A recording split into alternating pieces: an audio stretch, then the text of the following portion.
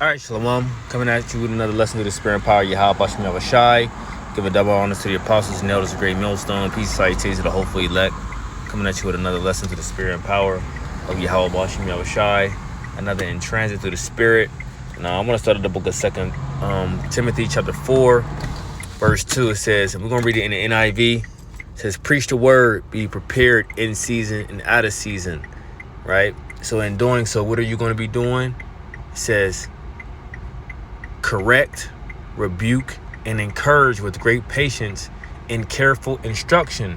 So when we're out there teaching, building, edifying through the Spirit, prophesying, of course, we are to correct of what is needed to be corrected. So if someone goes off on the doctrine, that's where we step in, right? We step in that as we defend the gospel. As we are defenders of the gospel, we are to correct someone who teaches an off doctrine, something contrary to what the scriptures actually say. So it says correct, rebuked. If you go off, you get rebuked. This is another form of correction. And encourage. We encourage brothers, through the Spirit to continue to fight the good fight of faith. We encourage brothers through the Spirit, to make full proof of their ministry.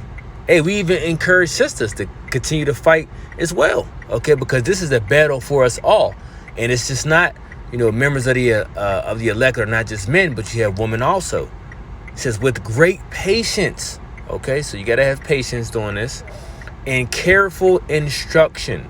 And we have been instructed and taught from our apostles and elders on down, okay, who are worthy of double honors. So verse 3, it says, for the time will come when people will not put up with sound doctrine. Says verse 3 again, it says, for the time will come when people will not put up with sound doctrine. Instead, to suit their own desires, they will gather around them a great number of teachers to say what their itching ears want to hear. And you have a lot of Israelites doing that today. Okay, they gather themselves a multitude of different teachers with all sorts of different doctrines, right? Doctrines that are not even in agreement with each other, but because they have the same one same point, that they're in agreement with. They want to what? They want to turn their ears from the actual truth, or turn their ears from the true messengers that is teaching the word of truth, to what? To come together and to be heard together and to be as one, to ultimately become scoffers. What? Scoffers walking after their own lusts is what you can see, which is happening today and which has been happening for quite a while. Okay, but see, this is something that will take place in the last days. See, these are different signs to show forth that a part of the signs to show forth that we are not the end. Scoffers walking after their own lusts. All right, so verse 4 says, they will turn their ears from the truth to turn aside to myths. But you, okay, so for us, that's continuing in the faith, that's enduring sound doctrine. But you keep your head in all situations.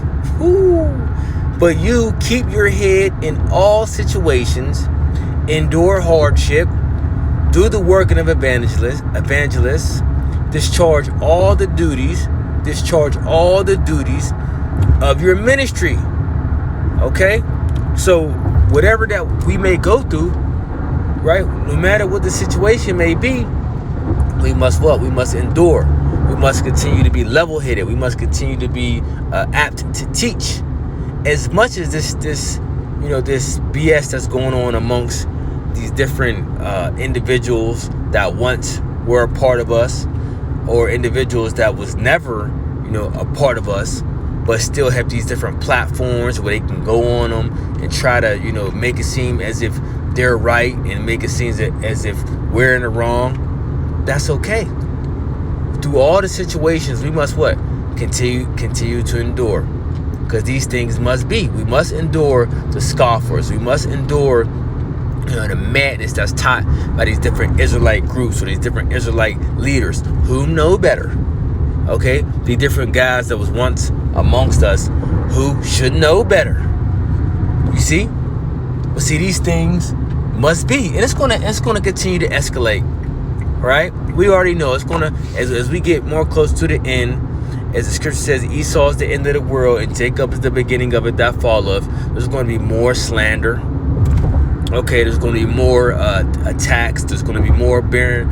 There's going to be more. 1 second, son. There's going to be more bearing false witness or wicked or false accusations against us. It's going to. 1 second, man. It's going to be. Yo, give me 1 second. Slakia. It's going to be all of these different things that's going to be against us. But guess what? We must continue to endure. Okay, because these things must be. Right? But it says, scriptures say, woe unto him that who the offense cometh by. Okay? We're going to the store. Right?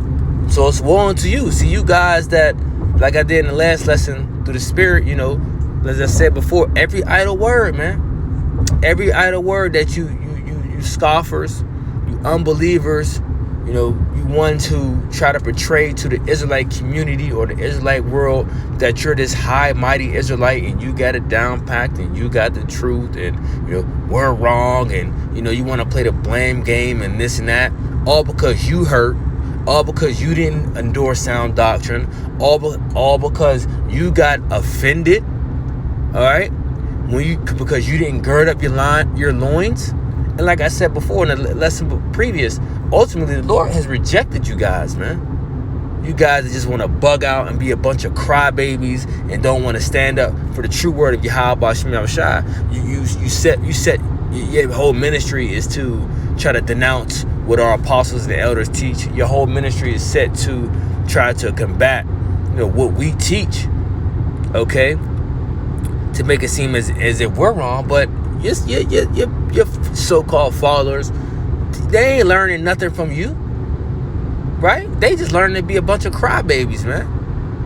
And I've seen comments, you know, that was on your comment board from these different individuals and say, yo, when you've been being a crybaby for 6 months. When you going to teach prophecy? Because because you know you got some, you know, sincere individuals that may end up coming across the path of your channel, but when they see you a bunch of crybabies, they see who you are for real. They say, well, man, these guys ain't doing nothing but complaining and murmuring. They ain't teaching no prophecy. They not edifying. I'm out of here. Okay, because even your followers that might not agree with us might get to a lot of them we have seen them in time past get to the point to say, you know what, that's all you niggas doing is crying, man. I can't take it no more. You see? Because it only lasts for so long. It only lasts for so long when you guys do this, man. You know? You try to point the blame on somebody else, but guess what? You got to make full proof of your ministry. You know? What the scripture says, I can't think of it. I'm trying to get it.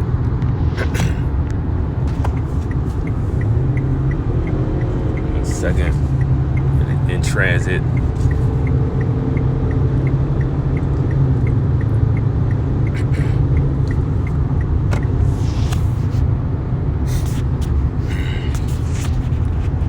All right, so we can go to 2 Peter chapter 1,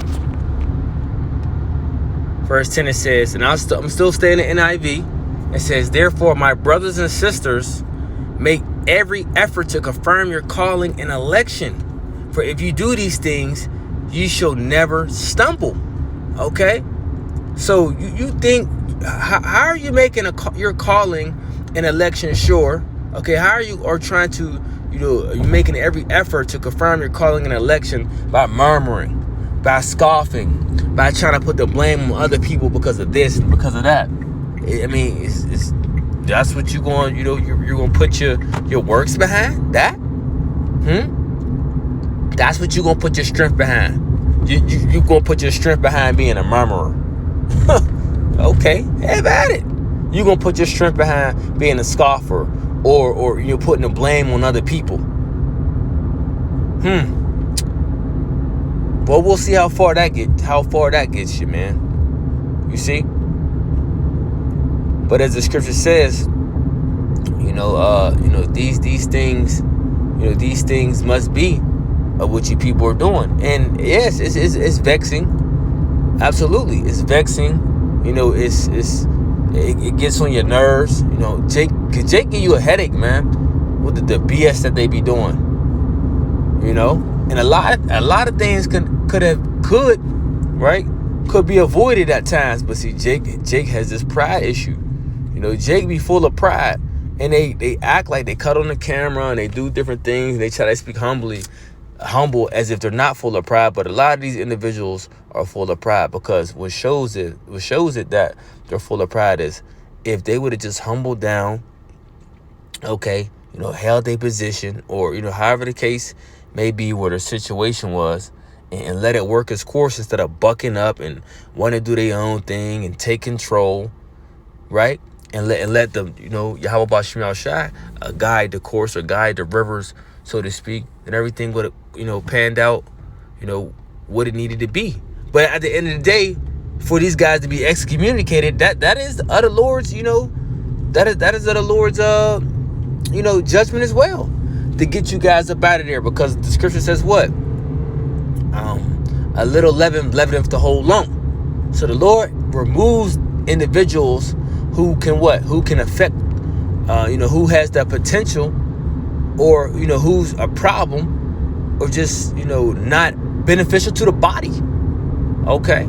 Yeah, for the time being, you might have been, but as the spirit increases, as the spirit upgrades or levels up, so to speak, and you ain't on board with it, okay, you still want to do your own thing and, do your way, the Lord will get you up out of there. The Lord will reject you, because you're no longer beneficial, to the body. You're no longer needed, so to speak. And everything happens for a reason. Okay, that's what a lot of people don't understand as well. Everything happens for a reason. You see? So, that was just a quick in transit to the spirit. Lord will help us edify. Till next time, when I say shalom.